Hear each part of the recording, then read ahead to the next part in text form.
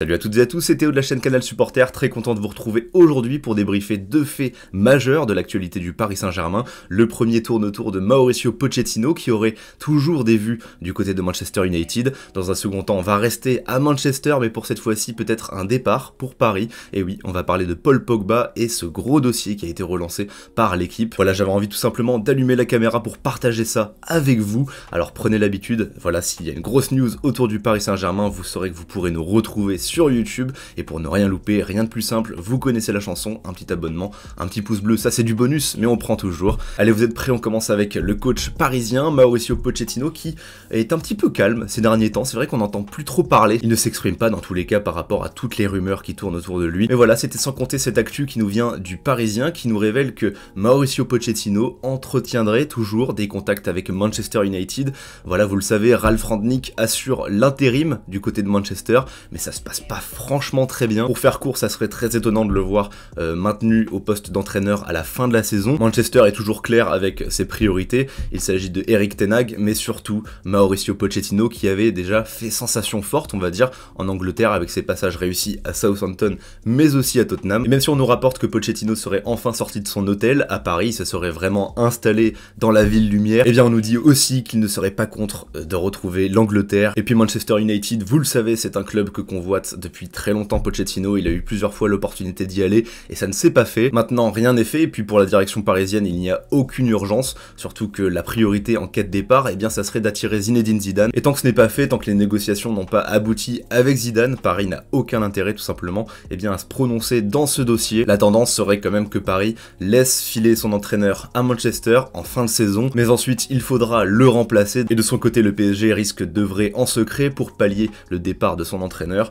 La priorité reste Zidane, mais vous savez ô combien ça reste compliqué. En tout cas, ce qu'on retient de cette actu, c'est que le dossier n'est pas mort, au contraire. Après, il reste beaucoup de temps au cours de cette saison avec des échéances capitales comme l'étape Real Madrid. Très compliqué de savoir où Paris en sera d'ici quelques mois. Et pourtant, on va encore une fois se projeter avec le dossier Pogba qui est relancé, même s'il n'a jamais été vraiment clôturé, vu qu'il est en fin de contrat, qu'il n'a toujours pas prolongé et que ça serait pas vraiment la tendance. Faut savoir quand même que Manchester, en parallèle, c'est très compliqué au cours de cette saison. Ils sont actuellement 7e, ils sont pas du tout assurés de terminer qualifiés pour la Champions League de l'année prochaine. Un joueur comme Pogba de son calibre avec la Coupe du Monde qui arrive, il a tout intérêt à chercher une équipe qui joue la Ligue des Champions. Du coup, tout ce qu'on sait autour de Pogba grâce à la presse, c'est qu'il garde un œil bien sûr pour la Juventus, son ancien club, même si ça me semble très compliqué. En tout cas, on nous dit que c'est pas la priorité, qu'il est particulièrement attentif au Real Madrid, mais surtout au PSG, où on parle carrément d'un intérêt réciproque. À l'heure actuelle, même si tout évolue très rapidement dans le football, le PSG c'est la destination la plus probable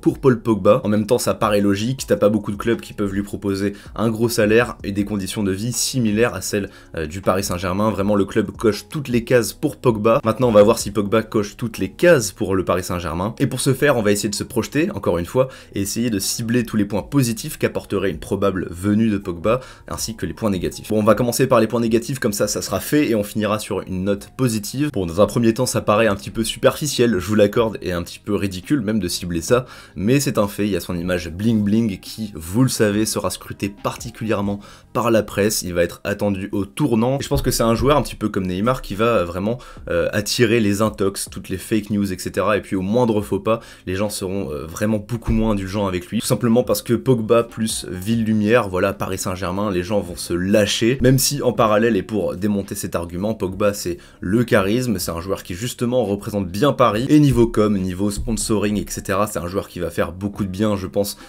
aux finances du Paris Saint-Germain. Par contre, vrai point négatif, j'ai ciblé quand même ses blessures, et quand on sait à quel point les joueurs du Paris Saint-Germain sont sujets aux blessures, forcément tu te poses des questions par rapport à Pogba, parce que là Pogba il a même pas retrouvé son groupe, je crois qu'il a fait sa convalescence à Dubaï et que ça a énervé déjà son entraîneur qui ne l'a jamais coaché, Ralf Rangnick. Faut savoir que son entraîneur a dit dans la presse que si Pogba n'avait pas envie de prolonger dans un grand club comme Manchester United, il fallait pas le pousser, voilà, ils allaient pas le retenir. Donc l'ambiance est déjà au beau fixe, on va dire, et je trouve à la limite qu'un transfert cet hiver aurait eu plus de sens que cet été. Là on n'a pas assez de recul pour se projeter sur cet été, alors que là, maintenant, on sait que le Paris Saint-Germain a de grosses lacunes au milieu de terrain, qu'ils ont besoin d'un playmaker, même pour faire briller l'attaque. Il n'y a pas de lien, en fait, entre la défense et l'attaque. Pogba, c'est typiquement le genre de joueur qui peut faire briller Messi, qui peut le remettre sur un piédestal comme il était à Barcelone. Dernier point négatif, faut quand même cibler aussi, même s'il a un très bon mental etc., que c'est un meneur d'hommes, ça c'est dans les points positifs encore une fois, mais il a aussi quelques craquages. Je repense à son match contre Liverpool où Manchester s'est fait humilier en début de saison, il est sorti sur un carton rouge, avait complètement craqué, et pareil, je repense aussi à ce match contre le Paris Saint-Germain, le match aller à Old Trafford où Paris s'était imposé, Pogba était sorti sur un carton rouge encore une fois. Donc quand on sait à quel point Paris est parfois sujet à de la pression dans les doubles confrontations, même Di Maria l'année dernière, tu peux te demander si Pogba, voilà, il aura cette allure de patron qui va calmer tout le monde, plus s'il craque,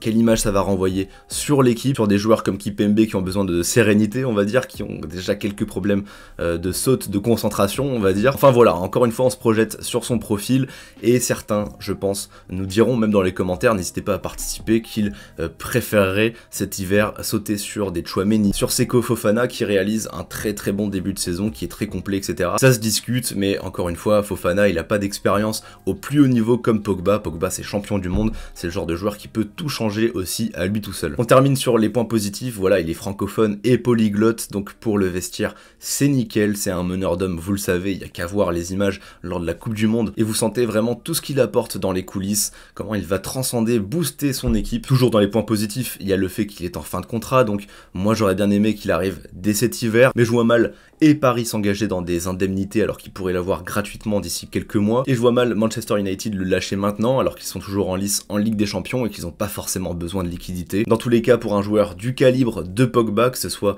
l'avoir maintenant à moindre coût ou dans quelques mois gratuitement, ce n'est pas négligeable. Ça peut aussi être un joueur qui peut influencer Mbappé, pourquoi pas, pour rester, mais ça aurait été plus intéressant s'il arrivait dès maintenant. Dans ces ficelles-là, son agent c'est Mino Raiola, et donc un bon deal avec Raiola qui est déjà plutôt proche du Paris Saint-Germain. Ça peut aussi favoriser peut-être une arrivée de Erling Haaland en cas de départ d'Mbappé l'été prochain. Enfin, dernier point positif, bah c'est Pogba, c'est un joueur de ballon, c'est un joueur polyvalent, ça peut être le facteur X de ton équipe, de ton milieu de terrain en tout cas, là où Paris, depuis les départs de Matuidi, Mota, etc., de son milieu qui vraiment marchait très bien, eh bien galère à ce poste et n'a jamais trouvé vraiment la pièce qui a tout changé. Là, Pogba, voilà, c'est un joueur expérimenté qui est à la fleur de l'âge, on va dire, niveau football, il arrive à maturité, et l'avoir maintenant, dès janvier, ça serait un gros gain de confiance avant le Real Madrid, où pour l'instant c'est pas gagné. Mais bon, pour l'instant on ne se projette pas, on n'en sait rien. Toujours est-il que le dossier, comme pour Pochettino, il est en vie, il y a un intérêt réciproque entre les deux parties,